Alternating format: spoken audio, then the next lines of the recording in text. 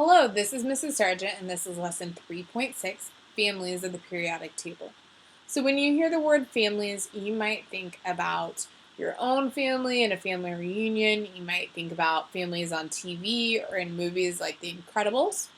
Well, on the periodic table, groups of elements are considered families.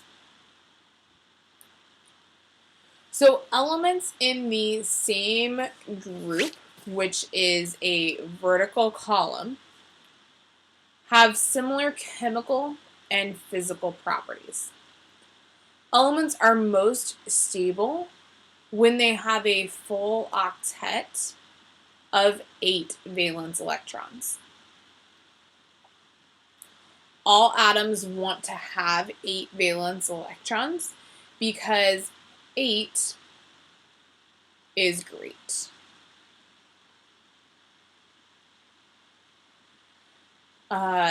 With the exception of hydrogen and helium, which forms a duet of 2 valence electrons.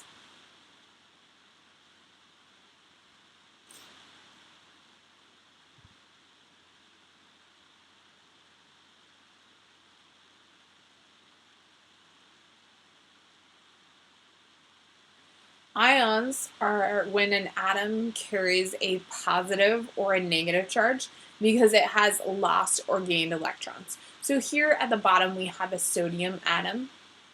Sodium has 11 electrons. So 2 in the first ring, 8 in the second, and then 1 on the outer for our Bohr model. Well, when sodium loses that outer electron, then it has 8 valence electrons and it becomes a stable ion, but now it has a 1 plus charge because it has 1 more proton than it has electrons.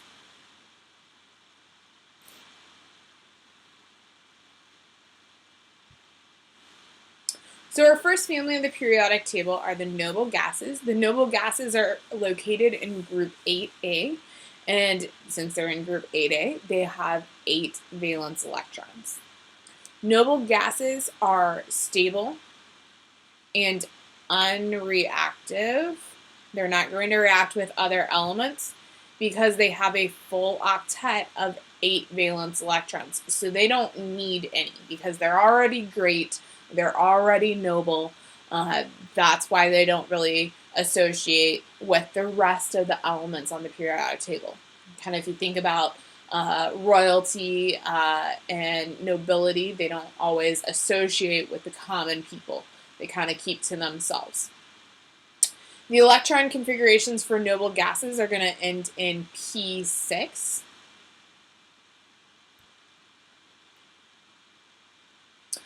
Halogens are in group 7A, so that means that they're going to have 7 valence electrons. So now it doesn't have the 8 valence electrons that it wants, so it is going to gain 1 valence electron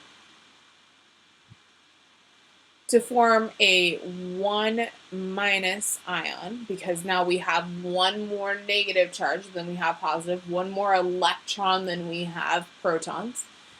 Or it might also share 1 valence electron with other nonmetals in order to become stable. Halogens are highly reactive, especially with metals, to form salts. So sodium is a metal, chlorine is a halogen, sodium chloride, the salt that we put on our french fries to make them tasty. For the halogens, the electron configurations are going to end in P5.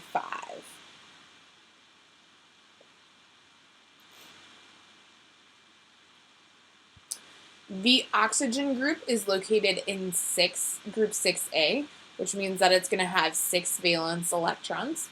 So to get to 8 valence electrons, it is going to gain 2 valence electrons. You're adding 2 negative charges, so that's going to give us a 2 minus charge. Or it might also share 2 valence electrons with other nonmetals in order to become stable. The electron configurations for the oxygen group are going to end in P4.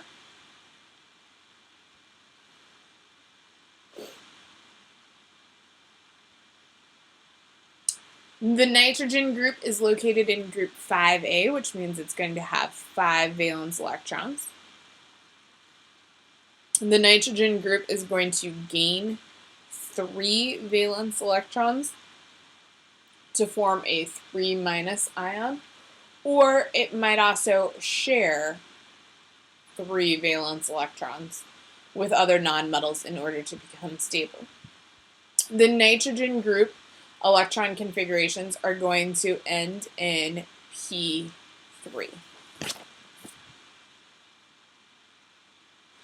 So that takes care of the families that we're going to talk about on the right side of the periodic table. On the left side, jumping over to group 1A, group 1A is going to have 1 valence electron. So hydrogen is kind of a loner. It doesn't really have any family. It's off by itself. It's in its own group. Hydrogen can lose or share its valence electron in order to become stable, and because of that, it is highly reactive. Everything else in the 1A column is classified as an alkali metal in the alkali metal family, but they also are going to have 1 valence electron. Alkali metals are going to lose 1 valence electron. So to get to 8, we would either have to gain 7 or lose 1. It's going to be easier for the alkali metals to lose just 1 than to gain 7.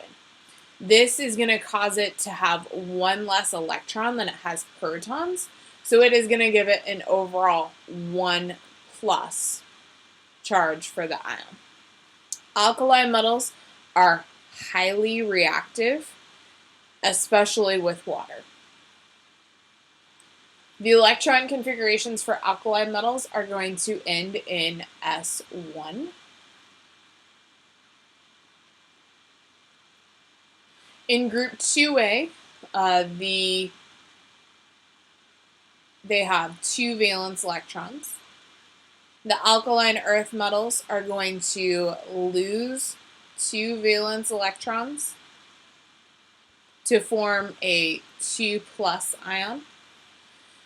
Alkaline earth metals are less reactive than alkali metals, but they're still pretty reactive.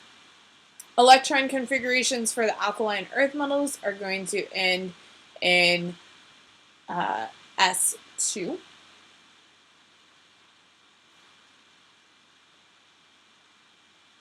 The transition metals are located in the D block, or the D sublevel here in the center.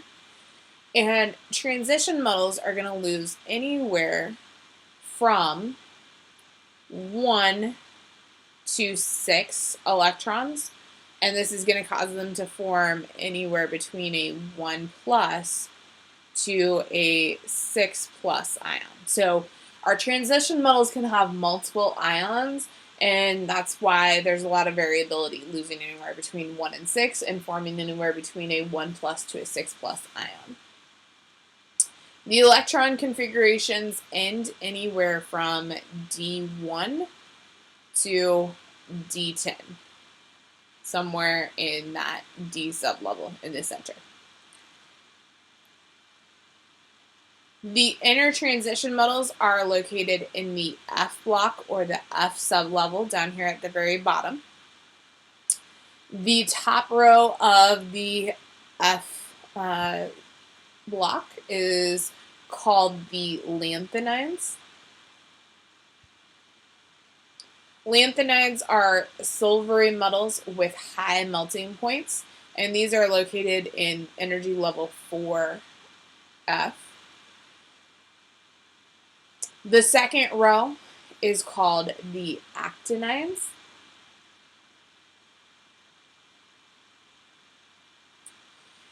The actinides are radioactive, and only 3 occur in nature. The rest are synthetic. Electron configurations for the inner transition metals are going to end anywhere from F1 to F14.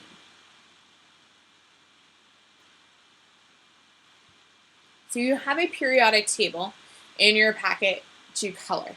You're going to color 9 different colors. I've chosen brown, blue, teal, green, yellow, a red, purple, orange, and pink. It does not have to be these colors, but 9 different colors to distinguish the different families.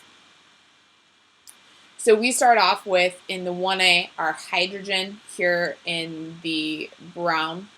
Then we have the alkali metals underneath hydrogen. The alkaline earth metals are the teal. And how I remember the difference between alkali and alkaline earth metals, because those kind of sound a lot alike.